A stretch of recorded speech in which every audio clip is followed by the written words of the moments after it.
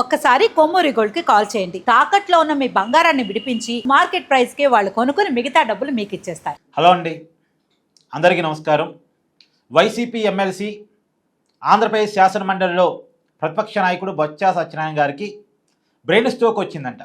అంటే ఆయన విజయవాడలో ఉంటున్నారు. ప్రజెంటు మండల సమావేశాలు అంటే అసెంబ్లీ సమావేశాలు జరుగుతున్నాయి కదా, విజయవాడలోనే ఉంటున్నారు. రాత్రి తలలో మామూలుగా అతనికి తలలో ప్రాబ్లం ఉందంట.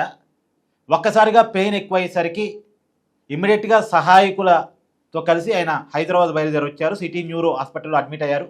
ఆయన సమయానికి సిటీ న్యూరో ఆసుపత్రికి రావటం, వెంటనే ట్రీట్మెంట్ స్టార్ట్ కావటం ఫలితంగా హెల్త్కి ఇబ్బంది ఏమీ లేదు, ఆయన ఆరోగ్యం ప్రజెంట్ నిలకడగా ఉంది అనేది మనకి సిటీ న్యూరో ఆసుపత్రి బంజారాహిల్స్ వర్గాల నుంచి అందుతున్న సమాచారం. నిజానికి అక్కడ డాక్టర్ చంద్రశేఖర్ రెడ్డి గారు ఉంటారు. ఆయన కొద్దిగా న్యూరో ప్రాబ్లమ్స్ని బాగా హ్యాండిల్ చేయగలిగినటువంటి వ్యక్తి, వైసీపీకి కూడా బాగా దగ్గరగా ఉండేటువంటి వ్యక్తి.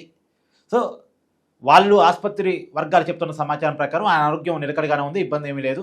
ఉదయం కూడా వైసీపీ పార్టీ ఎమ్మెల్సీలతో మాట్లాడారు. ఈరోజు శాసనమండలిలో ఎలా వ్యవహరించాలి అనే దాని మీద దిశానిర్దేశం చేశారు అనేది ఆసుపత్రి వర్గాల నుంచి అందుతున్న సమాచారం.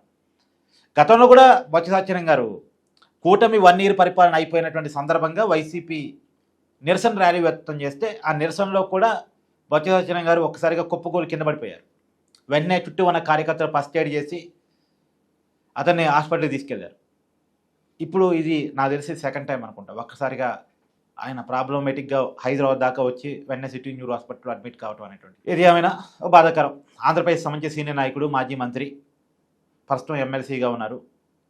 ఆయన ఆరోగ్యం నిలకడగానే ఉంది కాబట్టి భయపడాల్సిన, బాధపడాల్సినటువంటి అవసరం అయితే ప్రజెంట్ లేదు.